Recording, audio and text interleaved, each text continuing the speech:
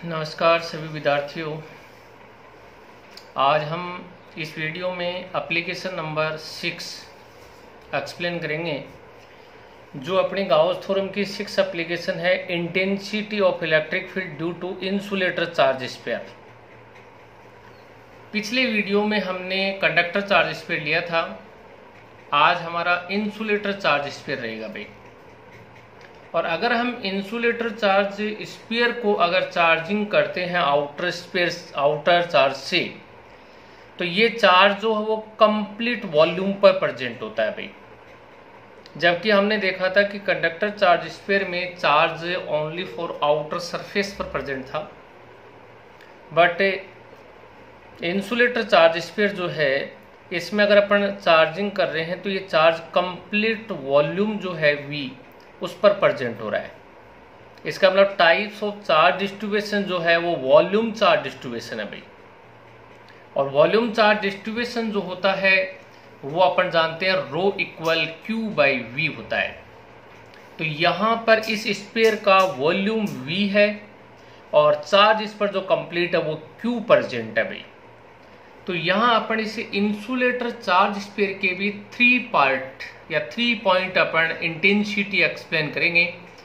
Outside of sphere, surface और inside of sphere, जिसमें first और सेकंड जो पॉइंट है outside of sphere and second at surface, वो दोनों पॉइंट अपने सेम रहेंगे as it is conductor charge sphere के, जिसके रिजल्ट अपने थे कंडक्टर चार्ज स्पेयर में जो आउटसाइड ऑफ स्पेयर जो रिजल्ट आया था वो E = KQ/r² था, एंड सरफेस पर जो था वो E = KQ/R² था।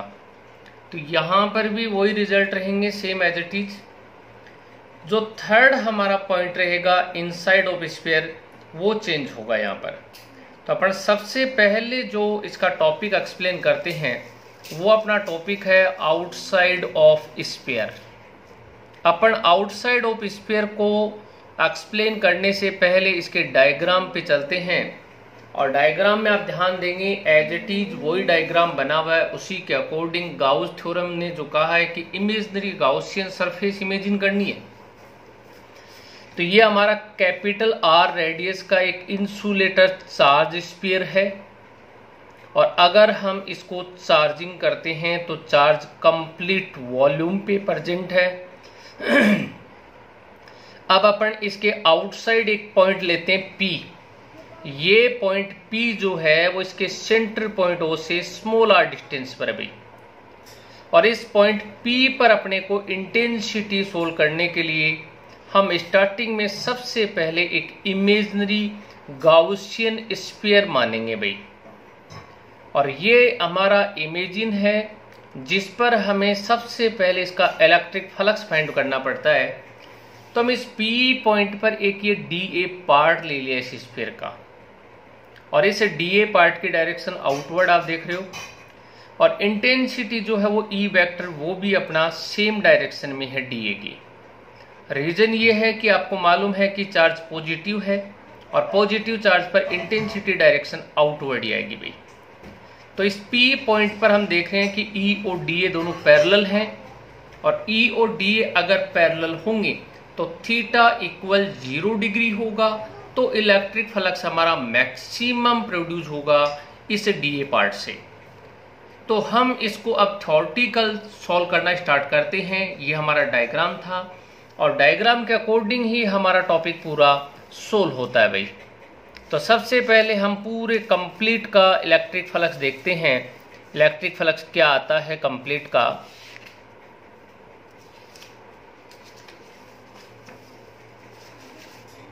तो देखो यहाँ पर ये इलेक्ट्रिक फ्लक्स जो है वो इलेक्ट्रिक फ्लक्स d∅ = E⁻dA, हमारा बेसिक फॉर्मूला यही आपको पता है। इस डायग्राम में आपने देखा कि E और dA दोनों पैरेलल हैं, थीटा = 0 डिग्री है। अगर आप डॉट प्रोडक्ट को सोल्व करते हो तो cos थीटा आता है, cos 0 1 होता है। तो हमारा electric flux maximum d∅ = E⁻dA आएगा। इलेक्ट्रिक फ्लक्स d∅ = E⁻dA हमारा मैक्सिमम प्रोड्यूस होगा। ये जो इलेक्ट्रिक फ्लक्स है वो डीए पार्ट से है। अब हम इसका देखो टोटल करेंगे तो हम इंटीग्रेशन कर देंगे और इंटीग्रेशन करते ही हमारा टोटल रिजल्ट आ जाएगा भाई। तो हम टोटल रिजल्ट सॉल्व करने के लिए हम इसको टोटल करेंगे तो हमारे को दोनों साइड इंटीग्रेशन करना पड़ेगा भाई। तो देखो यहां पर अगर अपन दोनों साइड इंटीग्रेशन करते हैं तो ये D phi equal E D A आ जाएगा इंटीग्रेशन में, क्योंकि डी फाई का integration equal close integration E D A हो गया। तो phi equal close integration E D A आ गया। ई हमें फाइंड आउट करना है, हम इसको इंटीग्रेशन से बाहर ले लेंगे। Phi equal E close integration D A, ये क्लोज इंटीग्रेशन डी ए जो इक्वल है वो 4 पाई स्मॉल आर स्क्वायर के भाई, क्योंकि रेडियस इमेजिन जो हमारा गाउसियन सरफेस है उसकी रेडियस स्मॉल आर है, तो डी ए का integration equal 4 pi are square होगा। ये सरफेस एरिया ऑफ स्फीयर आपको पता है, तो phi equal E into 4 pi are square आ गया भाई। अब हम फाई की वैल्यू पुट करते हैं, वो according to Gauss theorem put करेंगे भाई। तो यहां देखो आप according to Gauss theorem phi equal Q upon epsilon naught होता है। ये वैल्यू हमने पुट कर दी फाई की जगह, तो q upon epsilon not equal E into 4 pi are square. तो E equal Q upon 4 pi epsilon not are square. ये इंटेंसिटी हमारी आउटसाइड ऑफ स्फीयर आ गई भाई, आउटसाइड ऑफ स्फीयर होगी। अब ये रिजल्ट हमारा पहले वाले एप्लीकेशन के एज इट इज ही सेम है, और अगर हम इसका वेक्टर फॉर्म करेंगे तो देखो इसका वेक्टर फॉर्म किस तरीके से बनता है हम ध्यान देंगे। तो इसका अगर वेक्टर फॉर्म अगर आप करोगे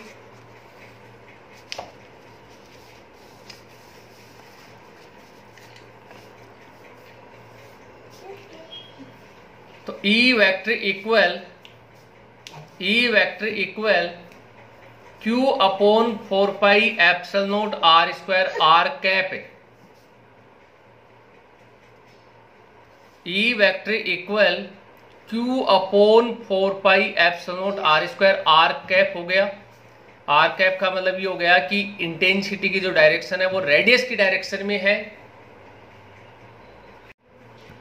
तो ई वेक्टर जो है वो Q upon 4 pi epsilon not are square R cap है भाई। तो यहां पर ई इनवर्स हो गया आर स्क्वायर के, मतलब है आप डिस्टेंस इंक्रीज करोगे इंटेंसिटी डिक्रीज होगी। ये अपना रिलेशन बनेगा ई और आर के अंदर। और अब अपने को मालूम है कि इस टॉपिक में जो चार्ज डिस्ट्रीब्यूशन है वो चार्ज डिस्ट्रीब्यूशन अपना वॉल्यूम है भाई। तो वॉल्यूम चार्ज डिस्ट्रीब्यूशन हुआ तो यहां पर volume charge density rho equal Q by V, तो Q equal rho into V, तो Q equal rho into 4/3 pi capital R cube होगा भाई, क्योंकि हमारा मेन जो स्फीयर है उसकी रेडियस कैपिटल आर ही है। इसलिए आपको जब वॉल्यूम चार्ज डेंसिटी आप रो इक्वल क्यू इंटू वी लेते हो तो ये वी वॉल्यूम जो है वो कैपिटल आर रेडियस के स्फीयर का है भाई, और जिस पर ही आपको पता है कि टोटल चार्ज क्यू प्रेजेंट है। तो ये Q equal rho into 4/3 pi R cube हो गया। ये वैल्यू हम इस फॉर्मूले में यहां इस क्यू की जगह पुट कर देंगे भाई। तो E equal rho into 4/3 pi capital R cube upon 4 pi epsilon naught small R square भाई। 4 पाई से 4 पाई कैंसिल हो गया, तो हमारे पास E equal rho R cube upon 3 epsilon not are square आ जाएगा भाई। E equal rho R cube upon 3 epsilon not are square आ जाएगा। इसमें रो वॉल्यूम चार्ज डेंसिटी है, capital R radius of sphere है, और स्मॉल आर पी पॉइंट की सेंटर पॉइंट ओ से डिस्टेंस है जिस पर आप इंटेंसिटी सोल्व कर रहे हो भाई। तो ये हमारा पॉइंट नंबर फर्स्ट है जिस पर हमने outside of sphere intensity solve करी है भाई। अब अपना जो सेकंड पॉइंट है इंटेंसिटी अपन एट सरफेस पर सोल्व करते हैं तो सरफेस पर क्या रिजल्ट आता है उस पर अपन ध्यान देंगे। तो सेकंड अपन चलते हैं एट सरफेस। एट सरफेस का मतलब ये हो गया कि स्मॉल आर और कैपिटल आर दोनों इक्वल हैं भाई। हमारा ये इंसुलेटर चार्ज स्फीयर था जिसकी रेडियस कैपिटल आर है। अगर हम इसको चार्जिंग कर रहे हैं, चार्ज कंप्लीट वॉल्यूम पे प्रेजेंट हो रहा है। अगर हमने ये डीए पार्ट लिया तो ई और डीए दोनों पैरेलल हैं तो थीटा इक्वल 0 डिग्री होगी। आपको पता है इलेक्ट्रिक फ्लक्स मैक्सिमम ही आएगा। तो ये D phi equal E dot D A भाई, D phi equal E dot D A. E और डी ए पैरेलल हैं, थीटा इक्वल 0 डिग्री, तो D phi equal E D A भाई, D phi equal E D A. तो D phi का integration equal close integration E D A. तो हमारे पास phi equal E close integration D A. और आपको पता है कि ये क्लोज इंटीग्रेशन जो डी ए है वो आपको बताइए 4 पाई आर स्क्वायर के है भाई। ये क्लोज इंटीग्रेशन डी ए है जो 4 पाई कैपिटल आर स्क्वायर के है भाई। अब आपको पता है ये सरफेस एरिया हो गया, अब मतलब स्मॉल आर की जगह कैपिटल आर आ गया अपना। तो phi equal E into 4 pi are square हो गया। अब हम फाई की value according to Gauss theorem put करेंगे भाई।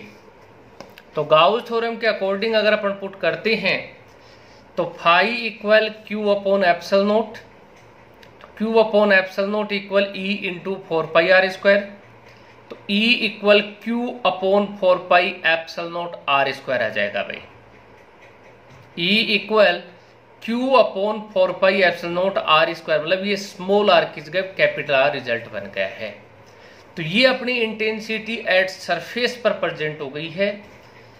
और अपन इस इंटेंसिटी वाले फॉर्मूले को अगर लेके चलते हैं तो इसका वेक्टर फॉर्म भी कर सकते हैं अपन। और अगर आप इसका वेक्टर फॉर्म करोगे तो आप देख रहे हो कि E vector equal Q upon 4 pi epsilon not are square R cap आ रहा है भाई। स्मॉल आर कैप आएगा, मतलब डिस्टेंस आर की डायरेक्शन में इंटेंसिटी है। और सरफेस पे जो इंटेंसिटी आएगी वो मैक्सिमम होती है भाई, ध्यान रखना। ओके, अब अपने को मालूम है कि अब अपन वैल्यू पुट करते हैं इसकी volume charge density. Volume charge density पे अपन चलते हैं तो आपको पता है कि rho equal Q by V है भाई। तो Q equal rho into V, तो Q equal rho into 4 pi 3 pi are square capital R आएगा। वैल्यू पुट करते हैं, ई इक्वल अपन चार्ज की जगह rho into 4 by 3 pi capital R cube upon 4 pi epsilon not are square भाई। ये are square से आर स्क्वायर कैंसिल हो गया है, 4 पाई से 4 पाई कैंसिल हो गया है। तो हमारे पास E इक्वल क्या आ गया, rho capital R upon 3 epsilon naught. ये रिजल्ट हमारा एट सरफेस पर आएगा वॉल्यूम चार्ज डेंसिटी के रूप में भाई। तो ये अपनी सेकंड पॉइंट था एट सरफेस, जहां पर अपनी इंटेंसिटी आती है वो मैक्सिमम प्रेजेंट होती है भाई। तो ये अपना point number second at surface है। अब अपन थर्ड पॉइंट चलते हैं इनसाइड ऑफ स्फीयर पे। इनसाइड ऑफ स्फीयर जो small R less than a capital R से भाई, इस पॉइंट पर अपन इंटेंसिटी सोल्व करते हैं। तो सबसे पहले हम चलते हैं डायग्राम पे। तो डायग्राम अपना देखो, ये हमारा कंप्लीट कैपिटल आर रेडियस का स्फीयर है। इस पर हम चार्जिंग कर रहे हैं, चार्ज कंप्लीट वॉल्यूम पर क्यू प्रेजेंट हो रहा है। हमने इनसाइड एक ये इमेजिनरी गाउसियन सरफेस मान ली भाई, जिसकी रेडियस स्मॉल आर है, आप देख रहे हो। और इस इनसाइड वाले स्फीयर पे चार्ज क्यू डैश है भाई, और इसका जो वॉल्यूम है ये वी डैश है, ध्यान रखना। वॉल्यूम है वो वी डैश है और चार्ज है वो क्यू डैश है भाई। इस इनसाइड वाले स्फीयर की बात कर रहा हूं मैं। चार्ज क्यू डैश है और वॉल्यूम वी डैश है और रेडियस स्मॉल आर है भाई। ये अपन ने एक डीए पार्ट लिया जहां पर इंटेंसिटी ई वेक्टर और एरिया डीए वेक्टर दोनों सेम डायरेक्शन में, मीन्स थीटा इक्वल 0 डिग्री है, इलेक्ट्रिक फ्लक्स मैक्सिमम आएगा। तो हम सोल्व करते हैं। देखो electric flux D phi equal E dot D, E और डी ए पैरेलल है, थीटा इक्वल 0 डिग्री है, तो D phi equal E D हमारा मैक्सिमम इलेक्ट्रिक फ्लक्स होगा भाई। अब हम आपको पता है कि इसका इंटीग्रेशन कर देंगे, और अगर इंटीग्रेशन करेंगे तो देखो डी फाई का integration equal close integration E D, तो फाई इक्वल ई बाहर ले लिया, इंटीग्रेशन डी ए हमारे पास फॉर्मूला बन गया है। अब इंटीग्रेशन डी ए जो है वो आपको पता है कि integration D A equal 4 pi are square, जो सरफेस एरिया ऑफ स्फीयर है, तो phi equal E into 4 pi are square हमारे पास आ गया। अब हम चलते हैं अकॉर्डिंग टू गाउस थ्योरम।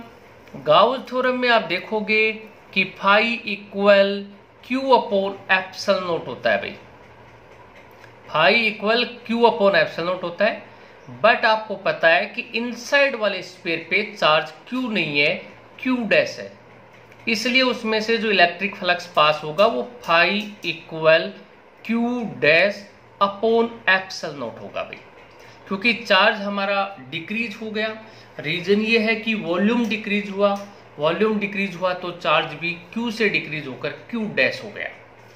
तो वैल्यू पुट करेंगे तो फाई की जगह Q dash upon epsilon not equal E into 4 pi are square, equation number first बन जाएगी अपनी।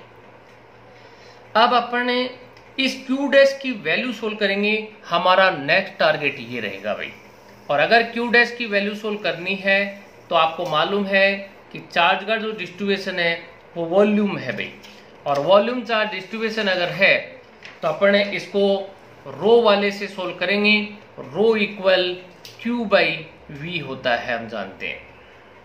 तो volume charge density rho equal Q by V, Q equal rho into V, but inside sphere of charge present Q dash equal rho into V dash. देखो rho volume charge density है, ये change नहीं होगा। Reason ये है कि जब तक हमारा स्फीयर सेम रहता है ये सेम रहता है, बट वॉल्यूम वी से डिक्रीज होकर वी डैश हो गया, तो चार्ज क्यू से डिक्रीज होकर क्यू डैश हो गया है। तो Q dash equal rho into V dash inside of sphere volume 4/3 pi small R cube, क्योंकि रेडियस स्मॉल आर है इनसाइड वाले स्फीयर की। अब रो इक्वल हम जानते हैं कि क्यू अपॉन वी हो गया, इस रो की वैल्यू पुट करी तो rho equal Q by V into 4/3 pi small R cube हो गया।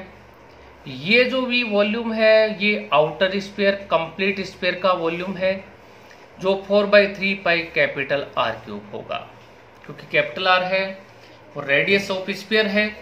तो ये Q dash equal Q upon 4/3 pi capital R cube into 4/3 pi small R cube. 4/3 pi से 4/3 पाई कैंसिल हो गया, तो हमारे पास से फॉर्मूला क्या बना, Q dash equal Q R cube, Q R cube upon capital R cube, equation number second. इस equation number second की वैल्यू हम फर्स्ट में पुट कर देते हैं, और अगर हम putting value of equation second in equation first, तो देखो ये क्या बनेगा, Q R cube upon epsilon not R cube equal E into 4 pi are square, R square से आर स्क्वायर कैंसिल हो गया, तो E equal Q R upon 4 pi epsilon naught capital R cube. हमारे पास इंटेंसिटी आ गई inside of sphere at point P, जो R distance पर है। अगर आप इस फॉर्मूले का वेक्टर फॉर्म करते हैं तो ये वेक्टर फॉर्म देखो क्या बनता है, ध्यान देना, E vector equal Q R upon 4 pi epsilon naught capital R cube, small R cap आ जाएगा, मतलब वही आर के डायरेक्शन में होगी। बट इसमें आप देख रहे हो कि ये इंटेंसिटी है वो स्मॉल आर के डायरेक्टली प्रोपोर्शनल है भाई, मतलब डायरेक्टली प्रोपोर्शनल का मतलब ये हो गया कि जैसे ही आप डिस्टेंस आर इंक्रीज करोगे तो इंटेंसिटी भी इंक्रीज होगी भाई। मतलब इनसाइड पोर्शन में जब तक आप इनसाइड ऑफ स्फीयर में चल रहे हो, आर अगर आप इंक्रीज करोगे तो इंटेंसिटी भी इंक्रीज होगी और ये सरफेस तक होगा भी ऐसा। सरफेस पर जाकर के इंटेंसिटी मैक्सिमम आती है। उसके बाद हम आउटर पॉइंट पर आ जाते हैं। आउटर पॉइंट में आप देख रहे हो कि इंटेंसिटी आर स्क्वायर के इनवर्स होती है। अगर आप आर इंक्रीज करोगे तो इंटेंसिटी डिक्रीज होगी, इसलिए हमारी इंटेंसिटी मैक्सिमम कहाँ है? एट सरफेस पर। ये भी हमने कंडक्टर चार्ज स्फीयर में भी देखा था कि इंटेंसिटी हमारी सरफेस पर ही मैक्सिमम थी, और इंसुलेटर चार्ज स्फीयर में भी हमने देखा कि इंटेंसिटी हमारी मैक्सिमम है सरफेस पर। अब हम इसे Q की वैल्यू पुट करते हैं वॉल्यूम के रूप में। Q equal rho into 4/3 pi R cube आपका चार्ज का डिस्ट्रीब्यूशन था। इस Q की वैल्यू आप यहां पुट कर दो इस Q की जगह। E equal rho into 4/3 pi R cube, ये वैल्यू तो चार्ज की हो गई, इंटू स्मॉल आर, ये स्मॉल आर है, upon 4 pi epsilon not R cube, same as it is value put कर दी। अब देखो 4 पाई से 4 पाई कैंसिल हो गया, आर क्यूब से आर क्यूब कैंसिल हो गया, तो E इक्वल रो बच गया, स्मॉल आर आ गया, अपॉन 3 एप्सिलॉन नॉट आ गया। तो ये हमारी इंटेंसिटी का फॉर्मूला ये भी बन सकता है, यही फॉर्मूला बन सकता है। ये हमारे इनसाइड सरफेस पॉइंट पर होगा intensity due to insulator charge sphere भाई। तो ये अपन ने 3 पॉइंट थे इस इंसुलेटर चार्ज स्फीयर के लिए, जिसमें हमने आउटर पॉइंट पर सोल्व किया तो E equal KQ by small R square आया। अगर हमने सरफेस पर सोल्व किया तो E equal KQ by capital R square आया, जो सेम थे as it is conductor charge sphere की तरह ही। थर्ड पॉइंट की बात करते हैं तो इंसुलेटर चार्ज स्फीयर में थर्ड पॉइंट पर हमारी इंटेंसिटी इनसाइड पोर्शन में Q R upon 4 pi epsilon not R cube आएगा भाई। और ये आप देख रहे हो कि इंटेंसिटी स्मॉल आर के डायरेक्टली प्रोपोर्शनल है। आर इंक्रीज करोगे तो इंटेंसिटी इंक्रीज ही होगी सरफेस तक। सरफेस के बाद इंटेंसिटी आपको पता है इंक्रीज नहीं बट डिक्रीज होती है, इसलिए सरफेस पर हमारी इंटेंसिटी मैक्सिमम होगी भाई। ठीक है, अब हम इन तीनों पॉइंट का ग्राफ ड्रॉ कर देते हैं, तो हमारा ग्राफ किस तरीके से बनता है उस पर आप ध्यान दें भाई। तो देखो हम graph between E and R, हम E इंटेंसिटी है जो y एक्सिस पर लेंगे, डिपेंडेंट क्वांटिटी है R पर, आपको पता है। R हमारी x एक्सिस पे आएगी। हमने इसके थर्ड पॉइंट 3 पॉइंटों में डिवाइड कर दिया। ये R इक्वल R सरफेस पर हो गया, ये हमारा इनसाइड पोर्शन हो गया, और ये हमारा आउटसाइड पोर्शन हो गया।